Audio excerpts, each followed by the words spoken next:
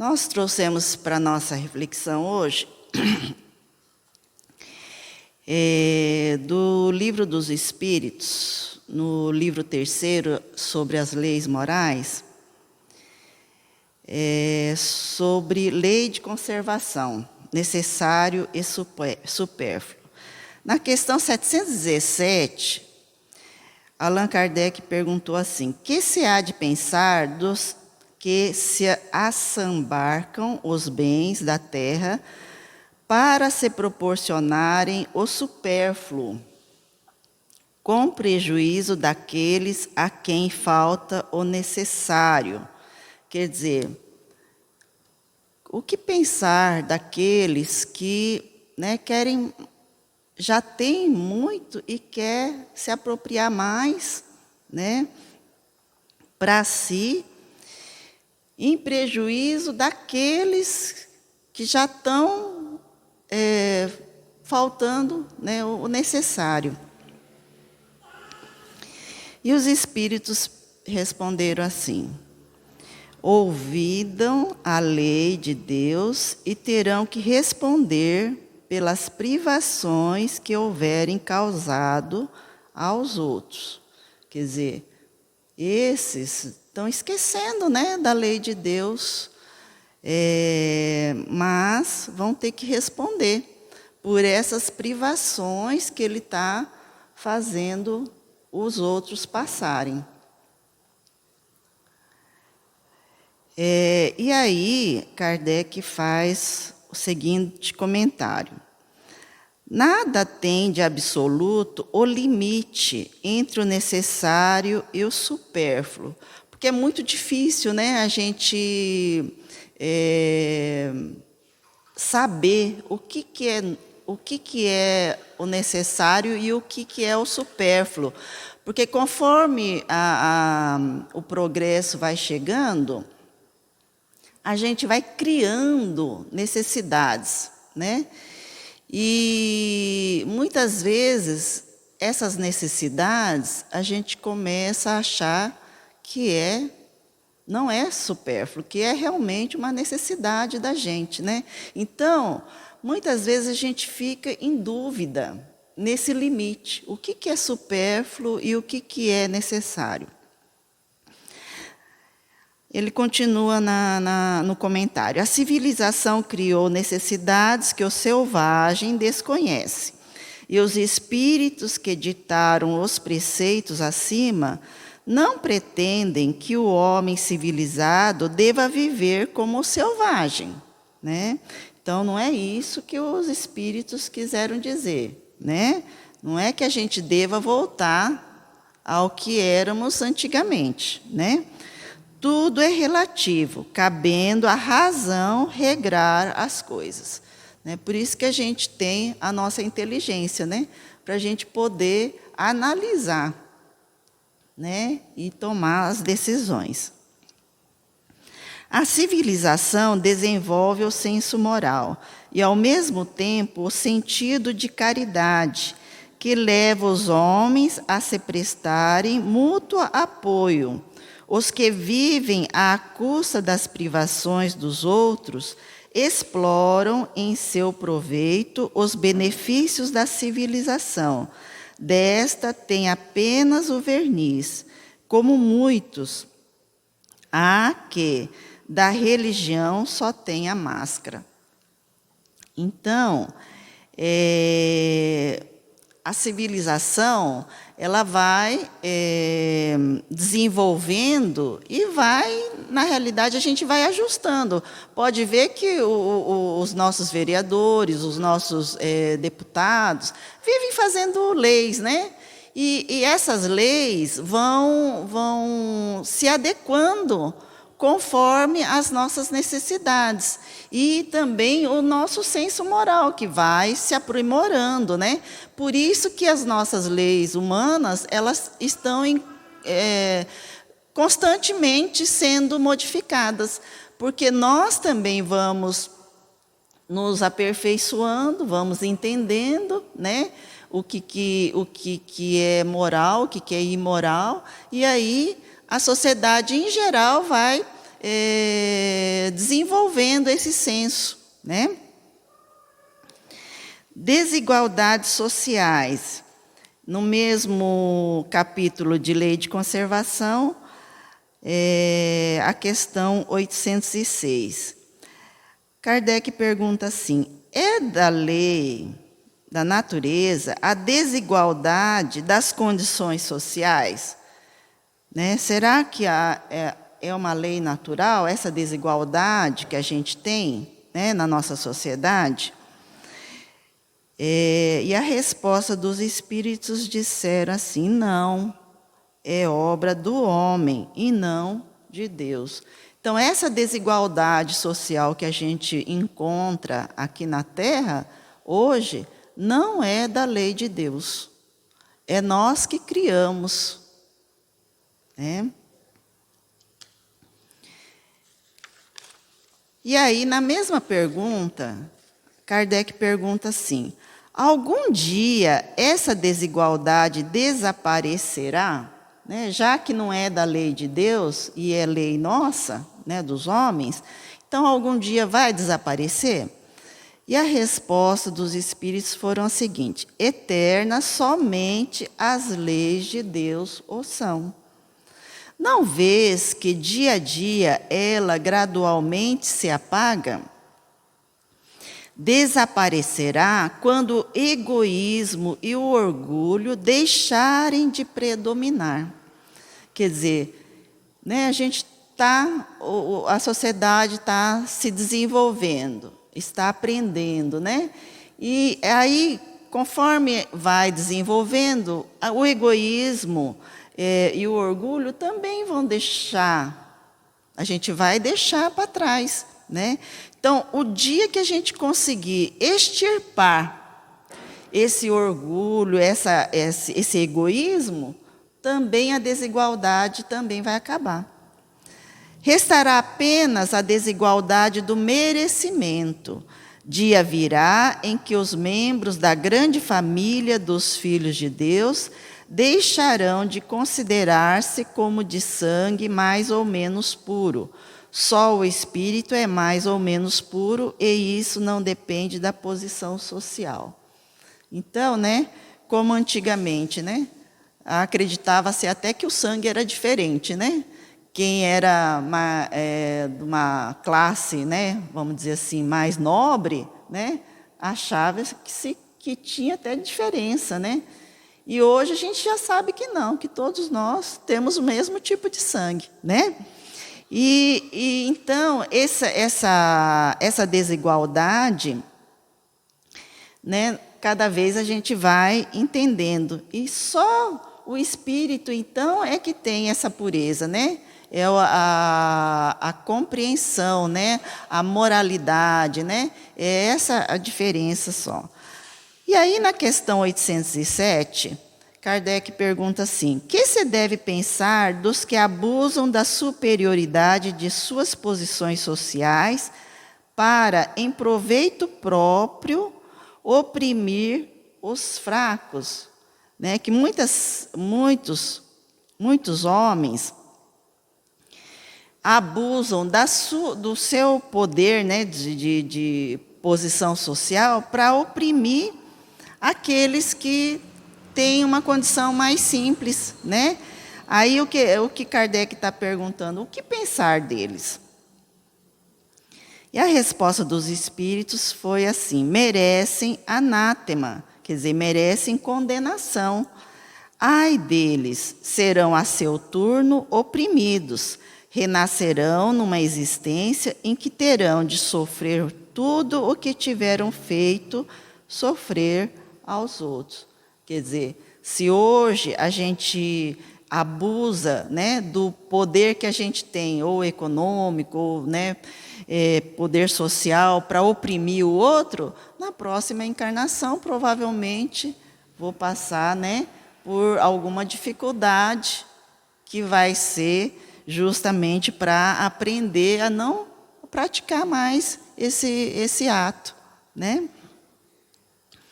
E aí, no livro Vinha de Luz,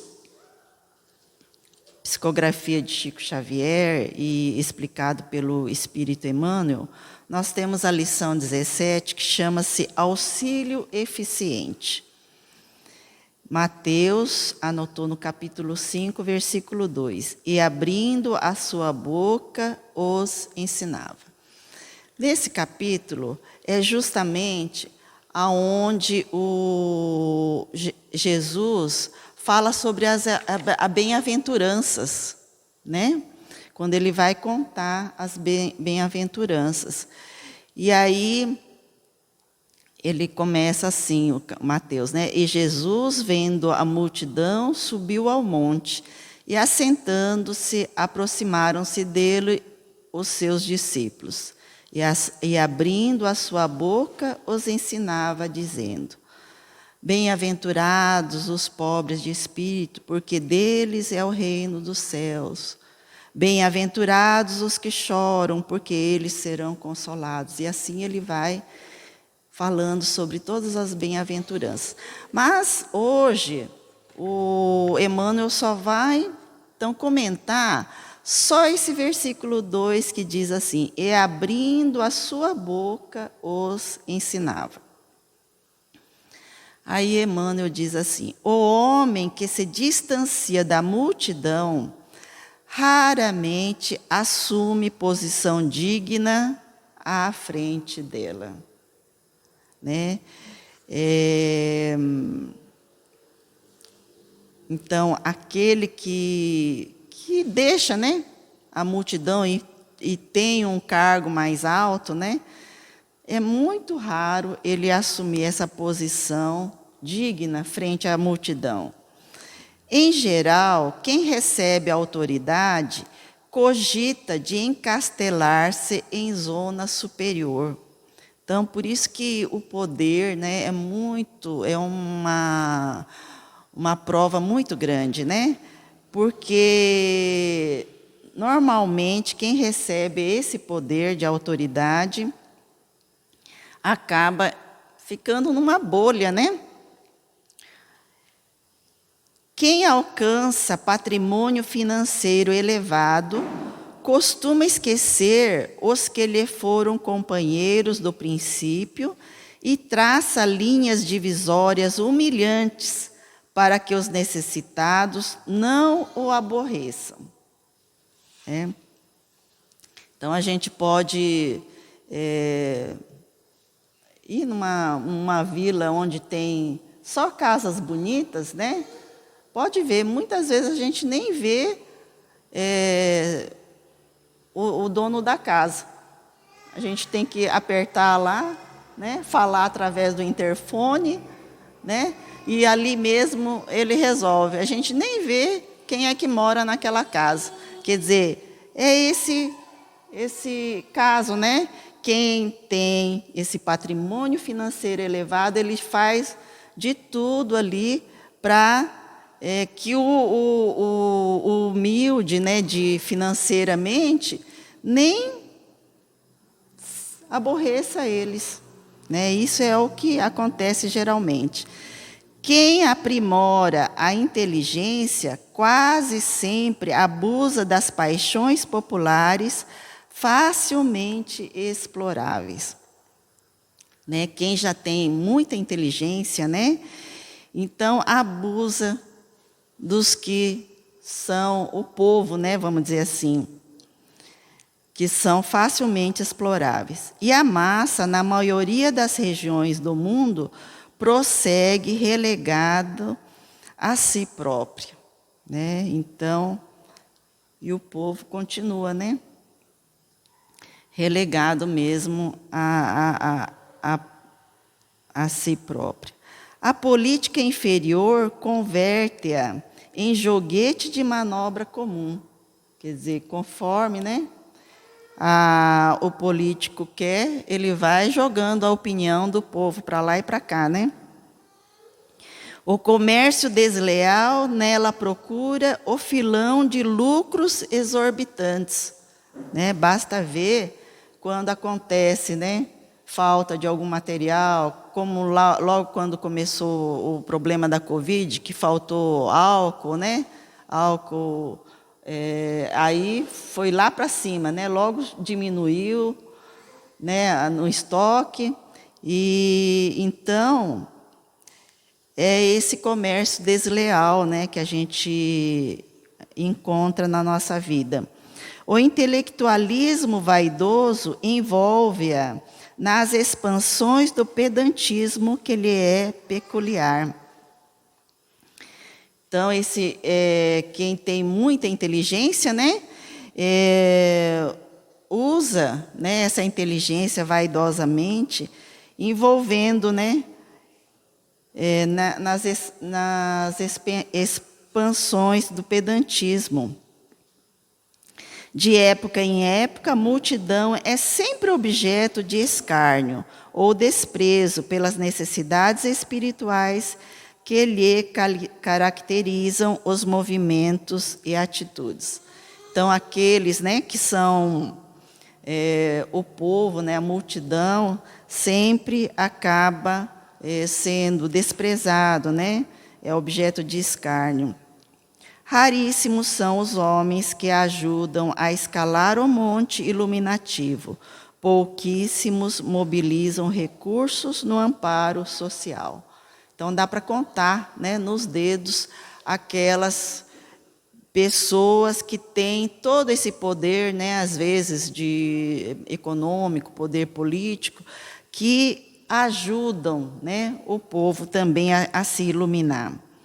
Jesus, porém, traçou o programa desejável, instituindo o auxílio eficiente. Observando que os filhos do povo se aproximavam dele, começou a ensinar-lhes o caminho reto, dando-nos a perceber que a obra educativa da multidão desafia os religiosos e cientistas de todos os tempos. Então, por isso que a gente fala que Jesus é o nosso guia, né, o nosso exemplo, porque ele exemplificou, né, ele ensinou ao povo, né, como fez naquele dia do monte, né, que subiu e foi ensinar a falar sobre as bem-aventuranças. Quem se honra, pois, de servir a Jesus, imite-lhe o exemplo. Ajude o irmão mais próximo a dignificar a vida, a edificar-se pelo trabalho sadio e a sentir-se melhor. Então, por isso, né, que Emmanuel nos aconselha para que a gente possa seguir o exemplo de Cristo, né? Fazer como Jesus fez, né? Servir a Jesus é isso, é ajudar aquelas pessoas que sabem um pouquinho menos que a gente, né? Para que todos possam seguir, né? Galgando essa caminhada rumo aos ensinamentos de Jesus. Nós trouxemos uma história para fixar melhor, né, esses ensinamentos do livro Alvorada Cristã, contada pelo Neio Lúcio, psicografia de Chico Xavier, chama-se O Juiz Reto. Então, diz que esse juiz, ele aqui em Ben Jefté, ele era um juiz muito respeitável, muito sábio, né? Nele compareceu um negociante chamado Jonatã Ben Cafar, arrastando Zorobabel, miserável mendigo, né? Aí o Jonatã já logo chegou falando ao juiz, né? Este homem, ele me logrou, né? Me passou as pernas para trás, né? Vendeu um colar de pérolas falsas por 5 peças de ouro, né? Falando que ela valia 5.000. Comprei as joias, achando que tinha feito um bom negócio, e aí depois eu descobri que o preço essas joias, né, esse colar de pérolas, não valia nem 2 ovos cozidos. Reclamei diretamente ao mendigo Zorobabel, mas ele já tinha gasto as 5 peças de ouro que eu tinha dado, exijo que faça justiça. Ele é ladrão, condenável. Mas o juiz, né, que sabia cultuar a justiça, deu a palavra ao Zorobabel, para que ele contasse a versão dele, né? E Zorobabel chegou, né, todo humilde, e disse, né, reconheço ter transgredido a lei, realmente, mas foi pelos meus 2 filhos que estão acamados, estão estirados na cama, né? E eu procuro trabalho, mas ninguém me dá trabalho. Diz que eu sou muito velho, que eu me visto mal, né, com a roupa toda rasgada, e ninguém me dá um trabalho digno. Então, eu tive que fazer isso para levar comida para os meus filhos. E o juiz, então, meditou, né, as 2 versões. E, após longa meditação, sentenciou. Para Zorobabel, o mendigo, 5 bastonadas entre 4 paredes. Quer dizer, num local fechado, né? A fim de que aprenda a sofrer honestamente, sem assalto à bolsa do semelhante. E para Jonatã, o mercador, 20 bastonadas na praça pública, de modo a não mais abusar dos humildes. Aí Jonatã ficou bravo, né? Porque ele achou assim que ele tinha sido enganado, né? Como assim eu vou receber a maior, né, mais bastonadas ainda em praça pública, né? E eu que sou vítima, né? Como que eu devo... não cometi nenhum mal, né? Aí, o juiz bateu com o martelo forte, né, na mesa, chamando a atenção dos presentes que estavam ali, e esclareceu, então, com voz alta. Jonatã ben Cafar, a justiça verdadeira não reside na terra para examinar as aparências. Zorobabel, o vagabundo, chefe de uma família infeliz, furtou-te 5 peças de ouro no propósito de socorrer os filhos desventurados. Porém tu, por tua vez, tentaste roubar dele, valendo-te do infortúnio que o persegue, apoderando-te de um objeto que acreditaste valer 5.000 peças de ouro, ao preço irrisório de 5. Quer dizer, ele estava negociando com o mendigo, né? Mas ele estava comprando um colar que ele achou que valia 5.000, pagando só 5. O que é isso? É um roubo. É isso que o juiz está falando para ele, né? Quem é mais nocivo à sociedade perante Deus? O mísero esfomeado que rouba pão a fim de matar a fome dos filhos, ou o homem já atendido pela bondade do Eterno, com os dons da fortuna e da habilidade, que absorve para si uma padaria inteira, a fim de abusar calculadamente da alheia indigência? Né? Quem que é pior?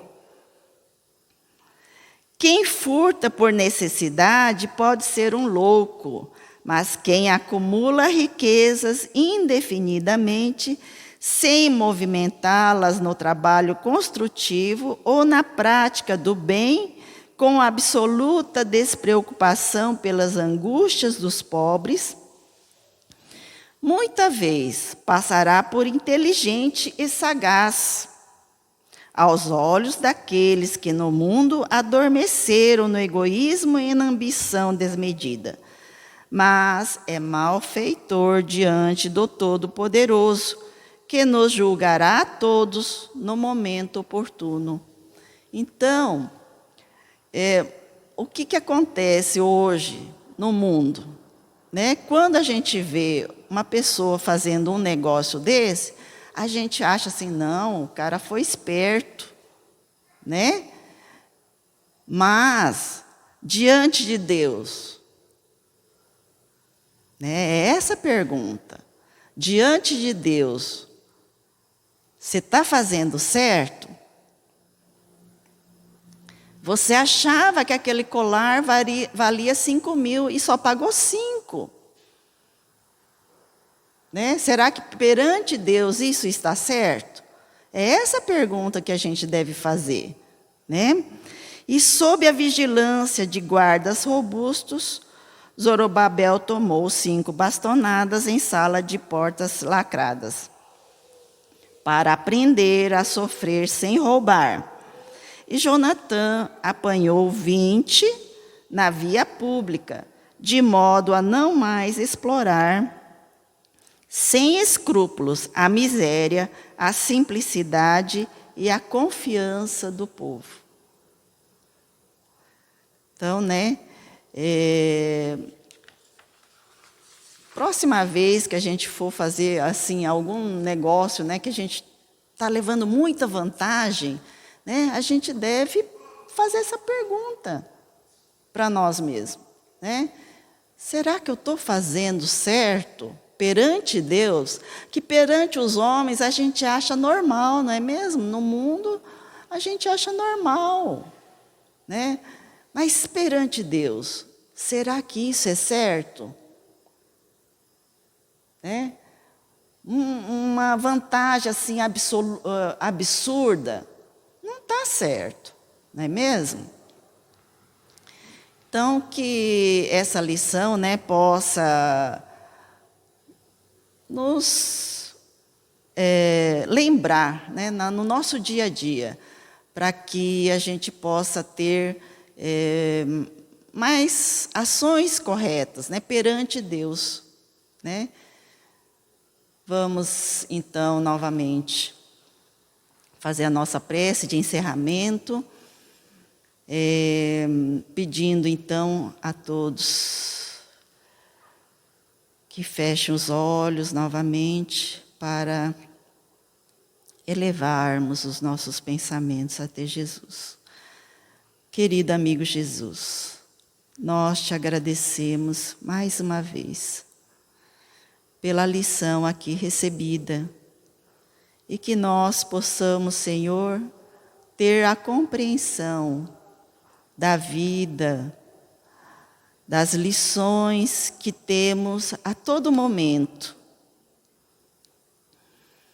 para vivermos melhor, colocarmos em nossas vidas os vossos ensinamentos. Pedimos também, Senhor, as suas bênçãos para aquelas pessoas que estão passando por dificuldades de saúde,